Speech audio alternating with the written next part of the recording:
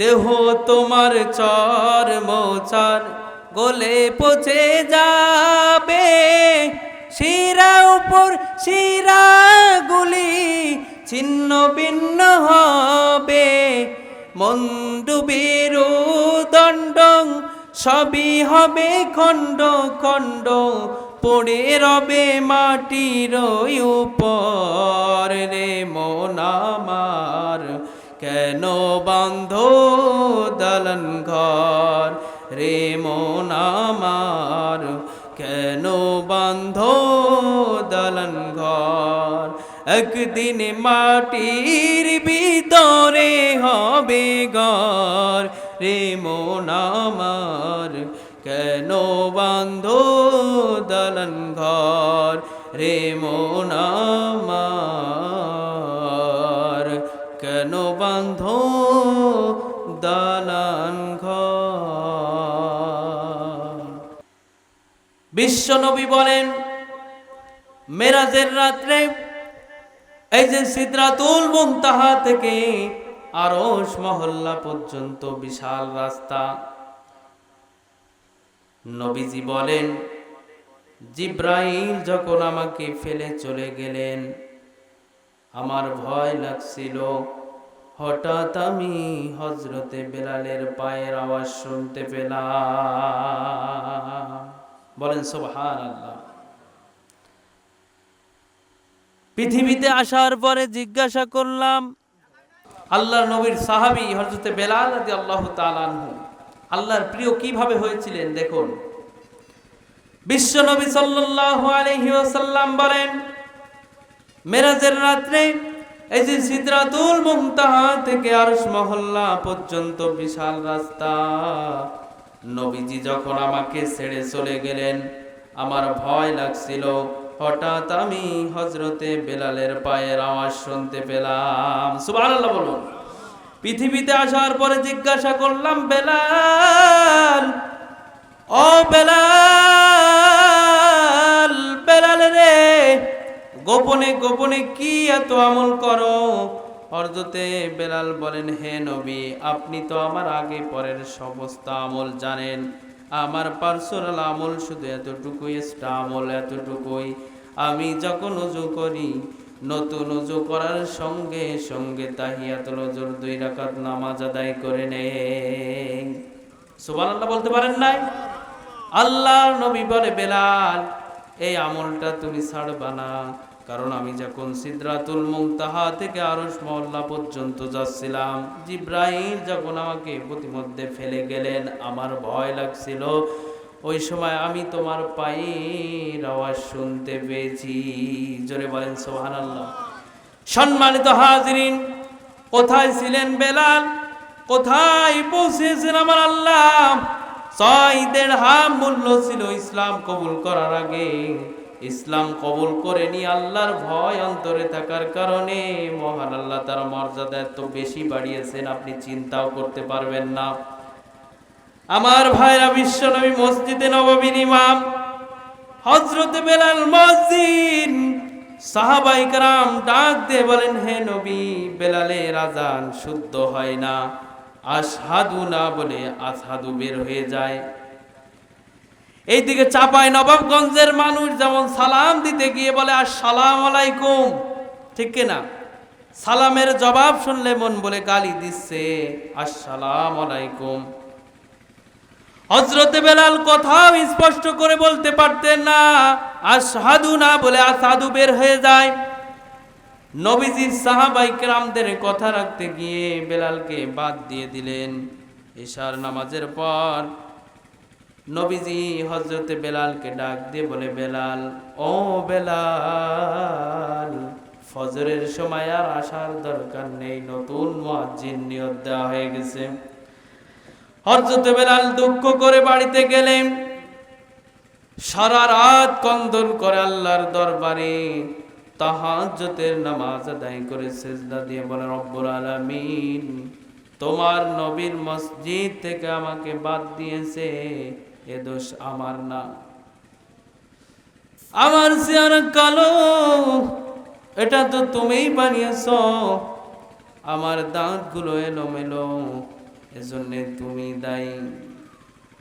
আমি স্পষ্টভাবে কথাও বলতে পারি না, এটাও তুমি দায়ী। আমার কোনো দোষ নেই, কোনো দোষ নেই, দোষ শুধু আমার এই চেহারাগুলো, যেগুলো দান তোমার।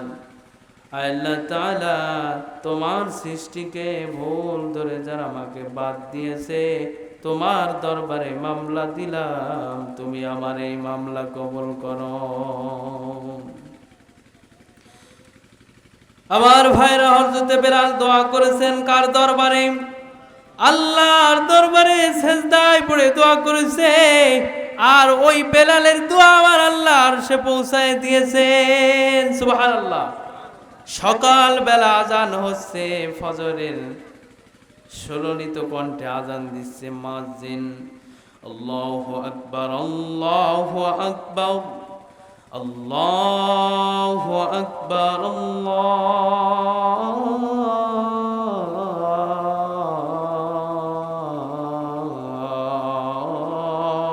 আল্লাহু আকবার।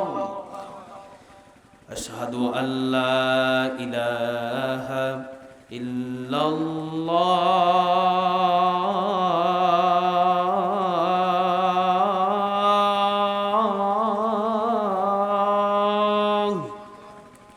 আশহাদু আল্লা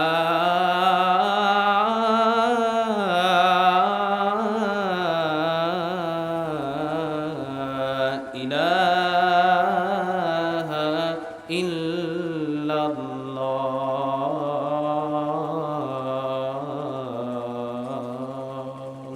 আপনারা কষ্ট পাচ্ছেন?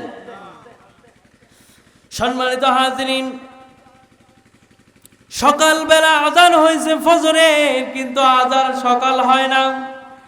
বিশ্বনবী জনাবে মুহাম্মদুর রাসূলুল্লাহ সাল্লাল্লাহু আলাইহি ওয়াসাল্লাম বসে আছেন সাহাবায়ে কেরামদেরকে নিয়ে। হঠাৎ করে আল্লাহর ফেরেশতা জিবরাইল আলাইহিস সালাম চলে আসলেন। ডাক দিয়ে বলেন, ইয়া রাসূলুল্লাহ, ইয়া হাবিবাল্লাহ, ও গো নবীজি, আজকে কি ফজরের আজান হবে না? নবীজি ডাক দিয়ে বলেন, ভাই জিবরাইল, আজান তো হয়ে গেছে।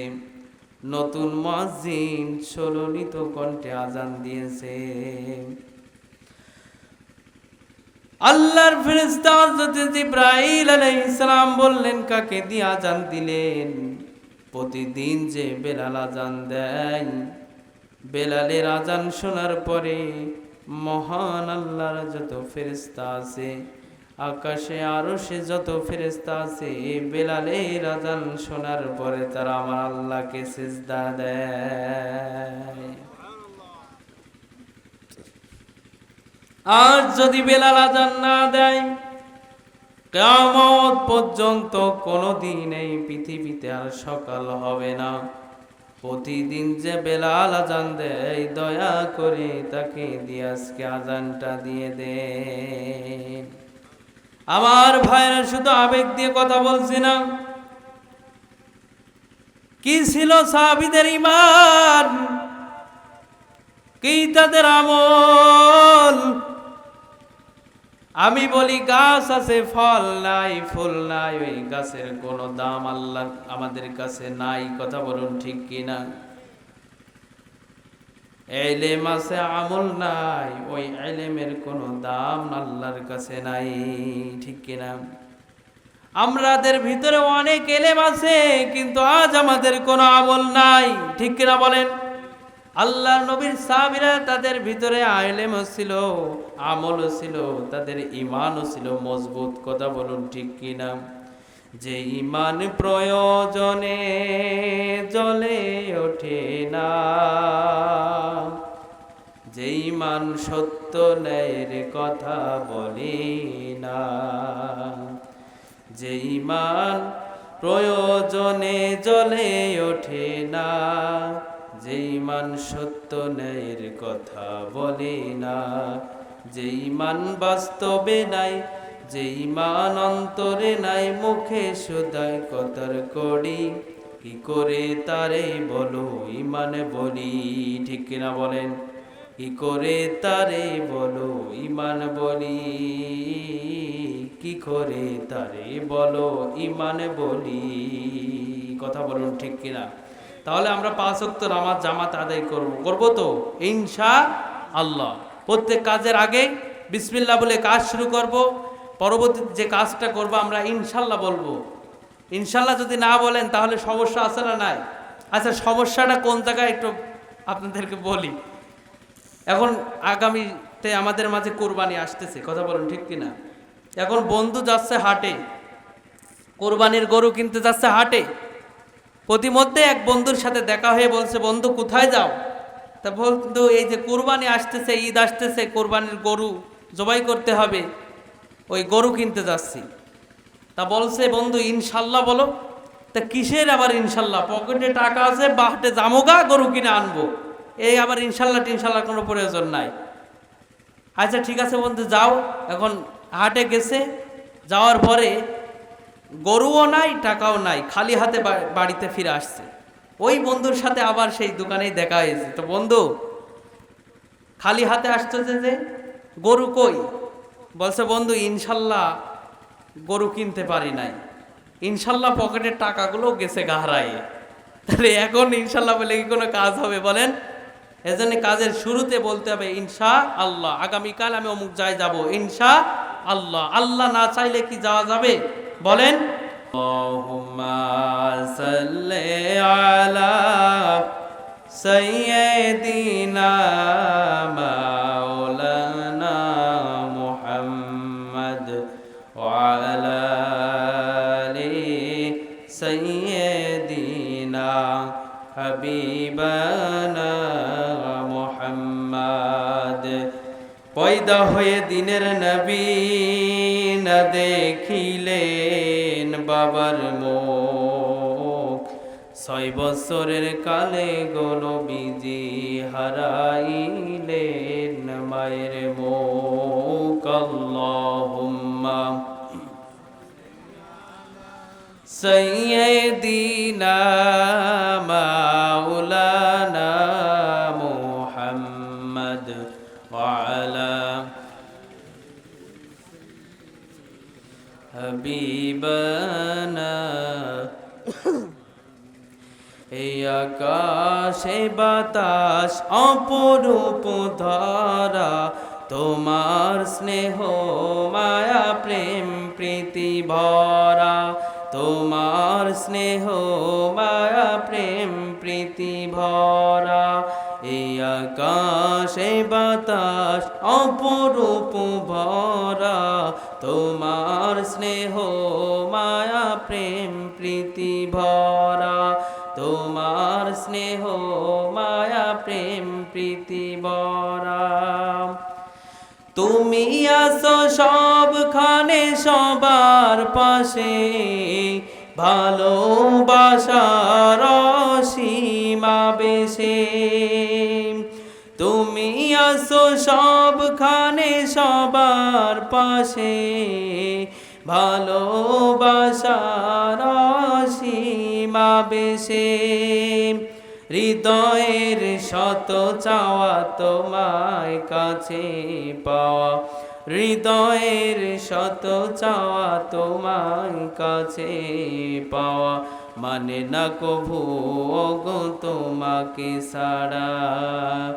এই আকাশে বাতাস অপরূপ ভরা, তোমার স্নেহ মায়া প্রেম প্রীতি ভরা, তোমার স্নেহ মায়া প্রেম প্রীতি ভরা। সম্মানিত হাজরিন, আল্লাহ রাব্বুল আলামিন বলেন, ইয়া আইয়ুহাল্লাযীনা আমানুত্তাকুল্লাহা হাক্কা তুকাতিহি ওয়া লা তামুতুন্না ইল্লা ওয়া আনতুম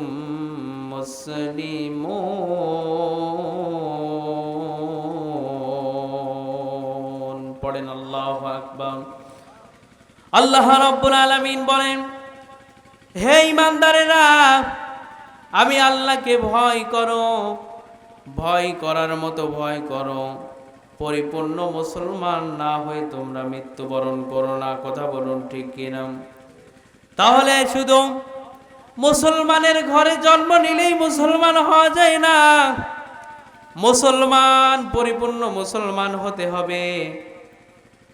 আমাদের জবানকে মুসলমান বানাতে হবে, কানকে মুসলমান বানাতে হবে, হাতকে মুসলমান বানাতে হবে, প্রত্যেকটা অঙ্গ প্রত্যঙ্গ আমাদেরকে পরিপূর্ণ মুসলমান বানাতে হবে। কথা বলুন ঠিক কিনা?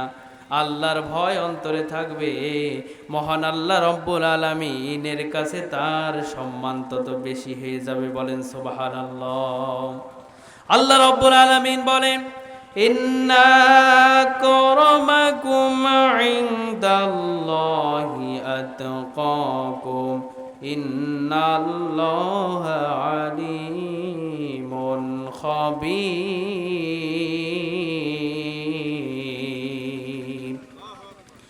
আল্লাহ পাকের কাছে সম্মানিত তারা, উভয় জাহানে যারা, যাদের ভিতরে আমি আল্লাহর ভয় বেশি। কথা বলুন ঠিক কিনা?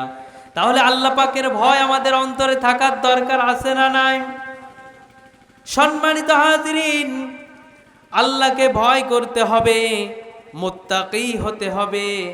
জীবনে কত ভুল আমরা করেছি, কত গুনাহ করে ফেলেছি, কিন্তু সেই ভুলের জন্য আল্লাহর কাছে যদি আমরা তওবা করে ক্ষমা নিয়ে নিতে পারি, তাওবাতান নাসুহা করে যদি আমরা ফিরে আসতে পারি, আল্লাহ রব্বুল আলামিন তার গফফার রহিম নামের খাতিরে আমাদের জীবনের গুনাহ খাতাগুলো মাফ করে দিতে পারেন কি পারেন না?